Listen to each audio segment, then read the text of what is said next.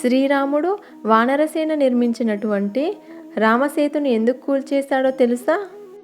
విశ్వకర్మ పుత్రులైన నలుడు నీలుడు అనే వానరులు నిర్మించిన రామసేతును దాటి లంకలో రావణుడిని సంహరించిన రాముడు రావణుడి చిన్న తమ్ముడైన విభీషణుడిని లంకకు రాజును చేస్తాడు.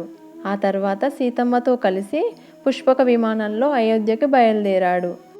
రాముడు అయోధ్యకు వెళ్లే ముందు లంకా రాజ్యాన్ని ధర్మానికి కట్టుబడి మంచి పాలనను సాగించమని విభీషణుడితో అన్నాడు.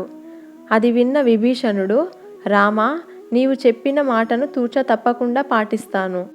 ధర్మబద్ధుడనై లంకా రాజ్యాన్ని పాలిస్తాను. కానీ ప్రస్తుతం లంకలో రావణుడు లేడు అనే విషయం తెలిసిన ఎంతోమంది రాజులు నీవు నీ వానర సైన్యం భరతఖండం నుండి లంకకు నిర్మించిన రామసేతుని దాటి లంకపై దండెత్తడానికి రావచ్చు. కాబట్టి మీరు నిర్మించిన ఈ రామసేతుని కూల్చేయమని రాముడిని విభీషణుడు కోరాడు.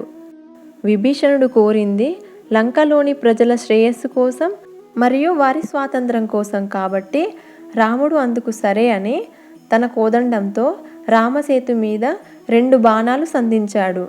దానితో రామసేతు 3 ముక్కలై నీటి మట్టం నుండి 2 అడుగుల లోతుకి వెళ్ళిపోయింది. ప్రస్తుతం ఉన్న ఈ రామసేతు మీద మనం నిలబడితే నడుం వరకు నీటిలోకి మునిగిపోతాం. సో లంకా ప్రజల శ్రేయస్సు కోసమని విభీషణుడి కోరిక మేరకు శ్రీరాముడే రామసేతుని కూల్చేశాడు. ఈ వీడియో మీకు నచ్చితే లైక్ చేయండి. మీ ఫ్రెండ్స్ అండ్ రిలేటివ్స్తో షేర్ చేయండి.